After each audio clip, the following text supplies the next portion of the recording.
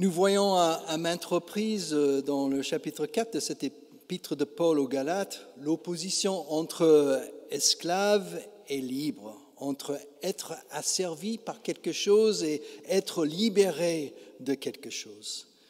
C'est pour montrer combien la liberté qui est donnée par la foi en Jésus-Christ est menacée par le message des prédicateurs judaïsants chez les Galates. Paul affirme clairement que Dieu a envoyé son Fils, Jésus-Christ, pour libérer ceux et celles qui croiront en lui de tout ce qui pourrait le rendre esclave. Et pour argumenter sa thèse, Paul va sortir 4 exemples de libération dans ce chapitre. Je vous invite, comme je vous ai dit en introduction de la lecture, de regarder à tour de rôle ces 4 exemples, puis d'essayer de les actualiser dans notre vie de tous les jours, en demandant qu'est-ce qui menace notre liberté en Christ dans notre monde d'aujourd'hui. Le premier exemple de Paul tourne autour d'un enfant héritier avant sa majorité légale. Voilà l'image. Paul dit que cet enfant-là est comme un esclave. Il est soumis à des tuteurs et des règles qui le tiennent bien en main dans le droit chemin, comme nous lisons, pendant sa jeunesse. Et selon le droit hellénistique, c'est seulement le père qui pourrait déterminer l'âge de sa majorité et le libérer en quelque sorte de sa situation de servitude en le déclarant majeur pour qu'il devienne adulte. Voilà l'image. Pour Paul, les Galates sont dans la même situation. Les prédicateurs judaïsants veulent les tenir dans une situation d'enfant dans la foi. Ils veulent les garder bien assujettis à la loi de Moïse. Ils veulent les tenir en main dans leur droit chemin. Mais Paul dit non. En Jésus-Christ, Dieu libère chacun et chacune de l'esclavage de la loi. Il veut que chacun soit majeur dans sa foi. Il veut être le père de fils et de filles adoptifs, libres et responsables dans la vie et qui héritent déjà de tout ce que Dieu leur a promis en Jésus-Christ. Quelle est la leçon que nous pouvons tirer de ce premier exemple ? C'est peut-être cette question d'avoir une foi d'enfant, une foi un peu moralisante. C'est le défi de passer d'une foi d'enfant sous la servitude des voix qui nous disent ce qu'il faut faire, ce qu'il ne faut pas faire. Une foi moralisante comme ça, à une foi adulte et majeure, libre et responsable devant Dieu, une foi qui discerne librement son agir dans le monde, devant un Dieu Père qui nous aime inconditionnellement en Jésus-Christ. Donc, d'abord, c'est une libération d'une foi enfante qui est un peu moralisatrice. Deuxième exemple. Cette fois-ci, Paul dit que les Galates, avant de connaître le Dieu créateur, le Dieu de Jésus-Christ, étaient soumis comme des esclaves aux éléments naturels du monde qui le divinisaient. Dans leur religion païenne, les Galates étaient soumis au Dieu de leur culture, au Dieu du soleil, au Dieu des astres, au Dieu de la lune, au Dieu des différents animaux qui étaient adorés dans des rites et des fêtes qui ponctuaient leur calendrier religieux.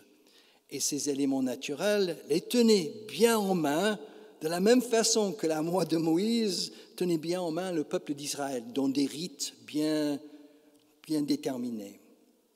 Pour Paul, les Galates ont été libérés des forces cosmiques du paganisme quand ils ont rencontré le Dieu de Jésus-Christ. Quand Dieu les a connus en Jésus-Christ, les éléments de la nature n'ont plus d'emprise sur eux et Paul leur demande « Pourquoi voulez-vous revenir en arrière en vous mettant sous l'emprise de la loi de Moïse ?»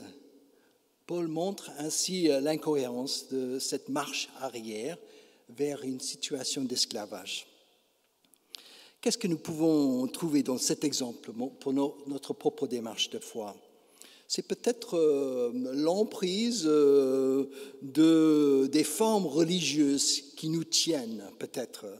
Ce qui compte le plus, et nous le savons tous, n'est pas la forme religieuse que nous essayons de suivre, que ce soit la forme catholique, la forme protestante, luthérienne réformée, la forme évangélique. Ce qui compte le plus, ce n'est pas notre manière de pratiquer notre religion, de faire devant Dieu. Ce qui compte le plus, c'est que Dieu fait de nous, en Jésus-Christ, ses enfants, que nous sommes connus par lui, qui connaît chacun de nous par notre nom. Avant les formes religieuses, c'est ce Dieu qui nous connaît. Et voilà une libération qui est proposée dans la démarche de foi. Troisième exemple que Paul va sortir vient de sa rencontre avec les Galates et sa comparaison avec ces prédicateurs judaïsants qui les ont séduits.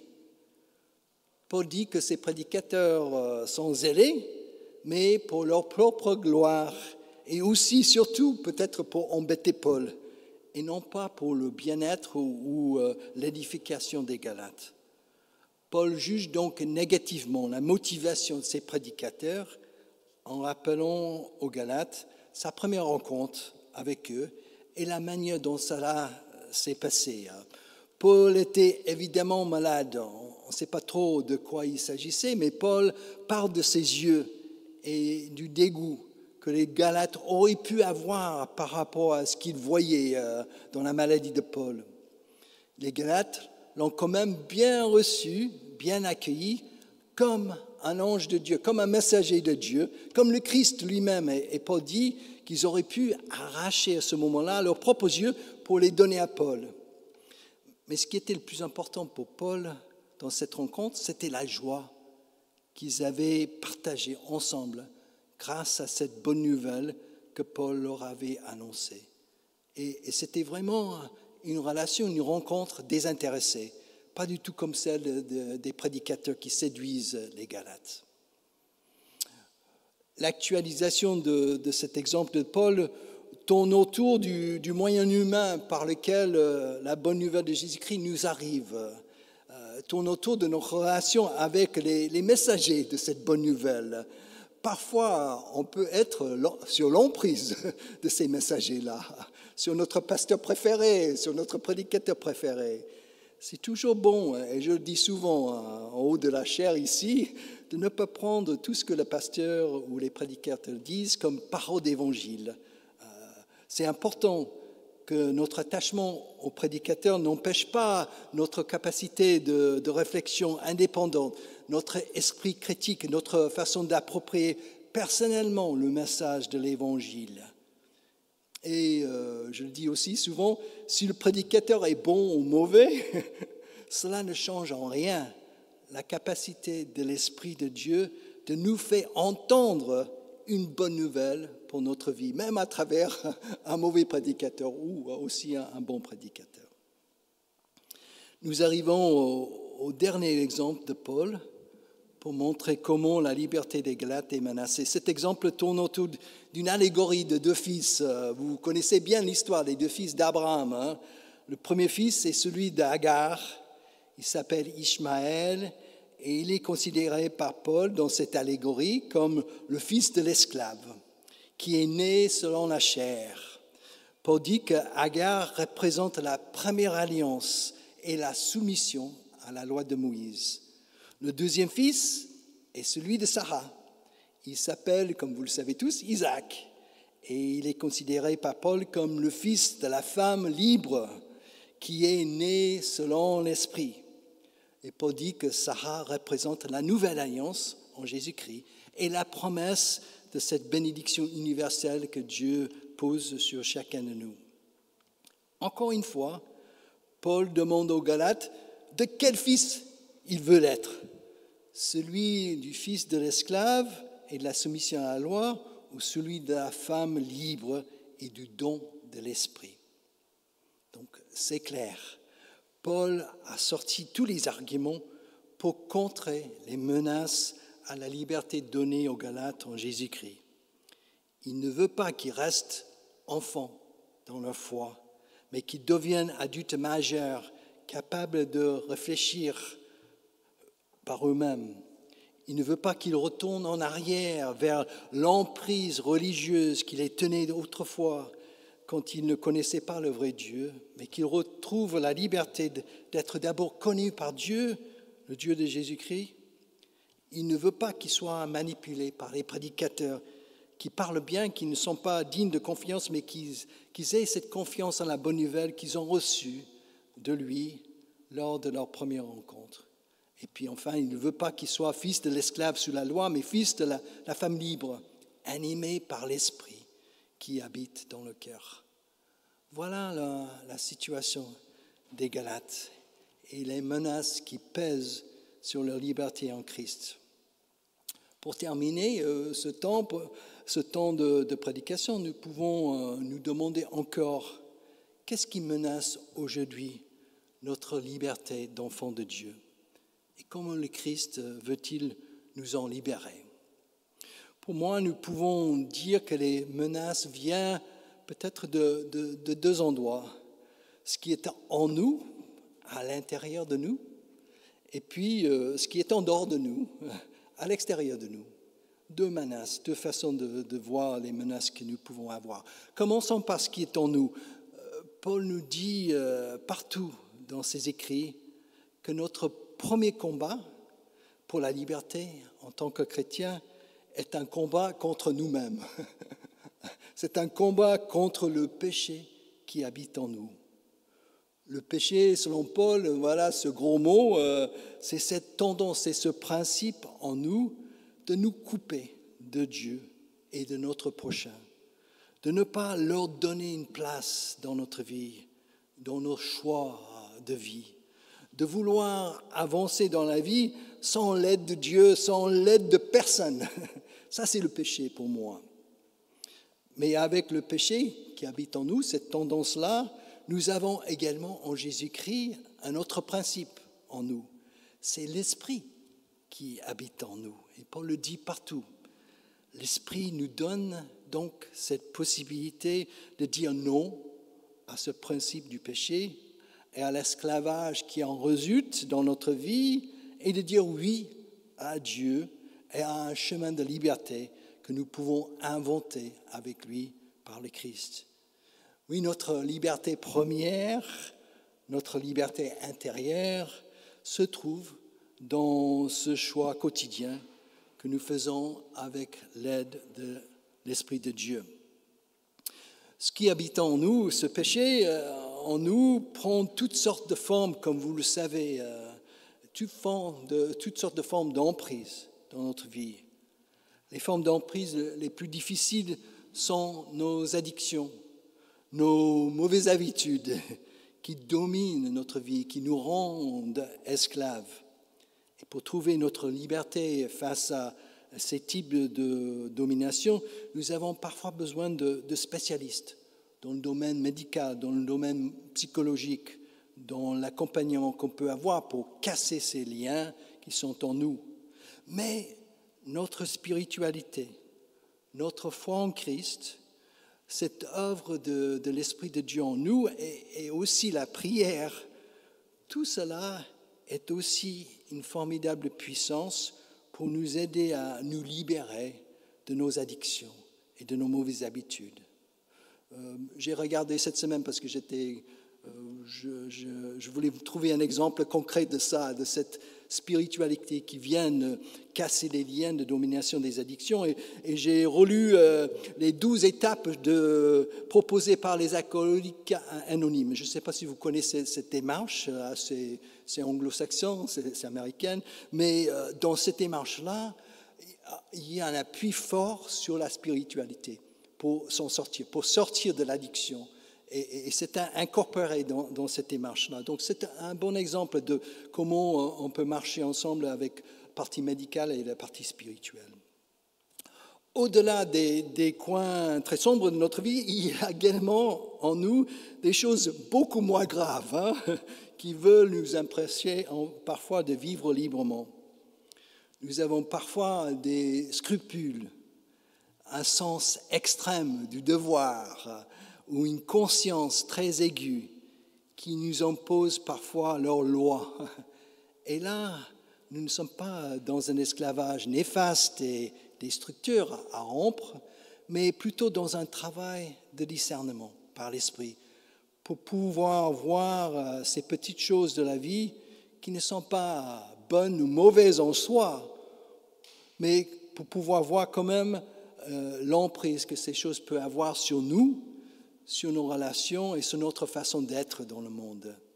Et c'est encore notre spiritualité qui pourrait nous aider à relativiser nos scrupules qu'on peut avoir, notre sens extrême du devoir, notre conscience aiguë pour vivre vraiment libre en Christ. Mais ça, c'est un discernement pour chacun de nous à faire. On ne peut pas imposer des règles par rapport à ça, évidemment. Passons maintenant rapidement aux menaces qui viennent du dehors, à l'extérieur de nous. Il y a 2 dimanches, si vous écoutez la série de prédications, nous avons parlé de notre libération de toutes les logiques de justification que notre monde veut imposer sur nous de l'extérieur. C'était l'une des conséquences de l'affirmation de Paul que tout être humain est justifié devant Dieu par grâce au moyen de la foi de Jésus-Christ. Et nous avons noté pendant ce temps-là combien c'est facile de devenir esclave à ces logiques de notre monde. Logique de rentabilité à tout prix dans notre monde. Logique où rien n'est gratuit et tout est comptabilisé. Logique de compétition et de croissance à outrance dans notre société. Logique où il faut faire toujours plus pour justifier son existence au travail, pour garder son travail, pour monter l'échelle de la reconnaissance. Toutes ces logiques de justification, on peut les voir dans notre société. Et oui, notre foi en Jésus-Christ a la capacité de nous libérer de ces logiques-là, si nous acceptons seulement de vivre notre vie en toute simplicité devant Dieu, dans la confiance. Et c'est évidemment à chacun de discerner comment mettre ça en pratique dans le concret de sa vie de tous les jours, dans son travail, dans son quotidien. Il y a d'autres menaces de notre liberté d'enfant de Dieu qui viennent actuellement dans notre monde de tendances religieuses et de tendances politiques aussi. Parlons d'abord des tendances religieuses. Il y a des mouvements conservateurs religieux dans notre monde qui veulent imposer leurs lois dans les différentes sociétés. Nous les voyons très clairement dans mon pays, aux États-Unis. Certains chrétiens là-bas disent qu'un vrai chrétien ne peut pas voter pour un candidat démocrate qui soutient le droit à l'avortement, les droits de la communauté LGBTQ+, le droit des immigrés et toutes les questions annexes qui touchent aux mœurs conservatrices que ces chrétiens-là veulent imposer à la société américaine et qui sont débattus, malheureusement, à la Cour suprême, contrôlés par les juges conservateurs. Selon Paul, et ça c'est ma conviction personnelle, vous le prenez ou vous ne le prenez pas, la foi en Jésus-Christ ne peut pas être résumée à une liste de mœurs conservatrices qui nous est imposée pour maîtriser ou contrôler une société. Dans sa logique, dans la logique de Paul, ça serait retourner à la loi de Moïse, ce serait faire marche en arrière dans notre société. Et pour retourner à notre actualité encore et de parler un peu de politique, quand la politique et le religieux sont mélangés, il y a toujours danger dans notre société. Et il faut une grande vigilance. Aux États-Unis, il y a ce danger du nationalisme chrétien qui est là, à notre porte, qui va être un peu tranché au mois de novembre. Nous avons évité de peu ici en France le danger du nationalisme, mais ça revient à tous les échanges électoraux ici actuellement dans notre société. Ce danger, comme vous le savez, existe aussi là où l'islam politique est imposé, et Israël le vit également avec la mainmise de l'extrême droite religieuse au gouvernement. Et nous le voyons aussi dans la stratégie géopolitique de Poutine, avec l'instrumentalisation de l'Église orthodoxe russe. Voilà, donc on peut regarder l'actualité de notre monde et voir ces menaces de notre liberté à travers l'alliance du religieux et du politique. Ce combat pour la liberté menacée n'est donc pas seulement un petit combat intérieur et spirituel à mener dans notre petit coin, à nous. Il est aussi un combat mené à l'échelle de nos sociétés contre toute forme d'intégrisme qui veut imposer sa loi. Et pour mener ce combat pour la liberté, je termine par ça. Les premiers versets du chapitre 5, donc une petite avance de dimanche prochain, nous donnent un peu un mot d'envoi aujourd'hui. C'est pour que nous soyons vraiment libres que Christ nous a libérés. Tenez donc ferme et ne vous laissez pas remettre le joug de l'esclavage. Et je rajoute, quel que soit le nom de ce joug, que ce soit un joug intérieur ou un joug extérieur, ne laissez pas ce joug revenir sur nous. Amen.